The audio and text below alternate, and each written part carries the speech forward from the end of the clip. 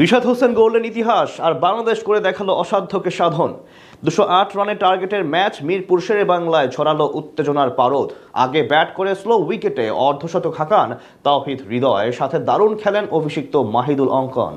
এরপর বল হাতে জাদু দেখান রিশাদ হোসেন। ক্যারিবীয়দের বিপক্ষে বাংলাদেশের এমন জয় নিয়ে বাকিটা জানবো রিপোর্টে।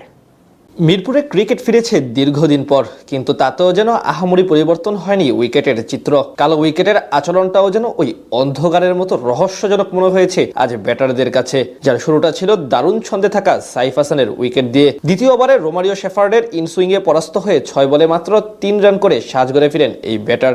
দীর্ঘদিন পর জাতীয় দলে ফিরে ভক্তদের সুনজরে ছিলেন সৌম্য সরকার, কিন্তু সেখানে প্রত্যাশার কিঞ্চিত পূরণ করতে পারেননি তিনি। জয়ডেন সিলসের ফুলার লেন্থের ডেলিভারি বাজে শট খেলতে গিয়ে পয়েন্টে ধরা পড়ে মাত্র 4 রান করে বিদায় নেন সরকার। পরপর 2 উইকেট হারানো বাংলাদেশকে পথ দেখানোর চেষ্টা করেন নাজমুল হোসেন শান্ত এবং তাওহিদ হৃদয়। দুজন মিলে বেশ ধীরে সুস্থে সামলাতে থাকেন ক্যারিবীয় বোলারদের। একের পর এক ডট বল খেলে চাপ বাড়ান মিরপুরের স্লো পিচে। মাঝে 82 বল পর্যন্ত অপেক্ষা করতে হয়েছে একটি মাত্র বাউন্ডারি দেখার জন্য। এই দুজনের ধীরগতির পার্টনারশিপ ভাঙে 23তম ওভারে 63 বলে 32 রান করা শান্ত বিদায় নিলে। এদিকে 87 বলে ক্যারিয়ারের 11 নম্বর হাফ সেঞ্চুরি পূরণ করেন হৃদয়। ততক্ষণে অবশ্য টাইগারদের রান রেটের হার নেমে যায় 3.5-এর নিচে। 50 করার পর টিকতে পারেননি হৃদয়, 51 রান করে বিদায় নেন পেভিলিয়নে। ক্রিজে এসে এদিন শুরু থেকেই ডিফেন্সিভ মনোভাব নিয়ে খেলতে থাকেন অভিষিক্ত মাহিদুল ইসলাম অঙ্কন। 40 ওভার শেষে বাংলাদেশের স্কোরবোর্ডে জমা হয় মাত্র 140 রান। অধিনায়ক মিরাজ এদিন আউট হন 17 রান করে। এক প্রান্ত ধরে রেখে ব্যাট করতে থাকা অঙ্কন অবশ্য করতে পারেননি নিজের প্রথম ম্যাচের প্রথম হাফ সেঞ্চুরি।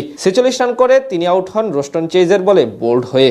শেষ দিকে ছোট মাত্রার ঝড় তোলেন রিশাদ হোসেন। তার 13 বলে 26 রানের ইনিংসে ভর করে 208 রানের পুঁজি পায় বাংলাদেশ। জবাব দিতে নেমে প্রথম 2 ওভারে কোনো রানই তুলতে পারেনি ওয়েস্ট ইন্ডিজ। তবে তৃতীয় ও চতুর্থ ওভারে কিছুটা আক্রমণাত্মক হন 2 ওপেনার ব্যান্ডন কিং এবং আলেক অ্যাথনাস। চতুর্থ ওভারে 18 রান হজম করেন তানভীর ইসলাম। তবে এরপর টাইগার বোলারদের নিয়ন্ত্রিত বোলিংয়ে ধীরে ধীরে ডিফেন্সিভ মনোভাবে চলে যায় ক্যারিবীয় ওপেনাররা। এদিকে প্রথম 10 ওভারে কোনো উইকেট না পেয়ে চিন্তায় পড়ে যায় বাংলাদেশ। তবে 12তম ওভারে বোলিংয়ে এসে দলকে প্রথম ব্রেক থ্রু এনে দেন রিশাদ হোসেন। তার বলে এলবিডব্লিউর ফাঁদে পড়ে 27 রান করে বিদায় নেন অ্যাথনাস। এরপর কেসি কার্টিকে সঙ্গে নিয়ে দলের হাল ধরেন ব্যান্ডন কিং। সময়ের সাথে সাথে টাইগার বোলারদের গলার কাটা হয়ে দাঁড়ান এই দুজন। তবে রিশাদের ঘূর্ণিতে আবারও ম্যাচে ফিরে বাংলাদেশ। 20তম ওভারে এসে তাদের জুটি ভাঙেন কার্টিকে ফিরিয়ে।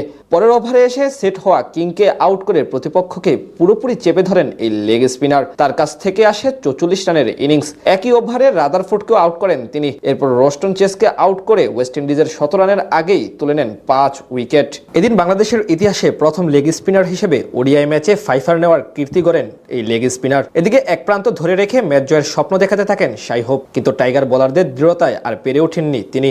অর্থাৎ সহজে অল আউট করে ম্যাচ জিতে নেয় বাংলাদেশ।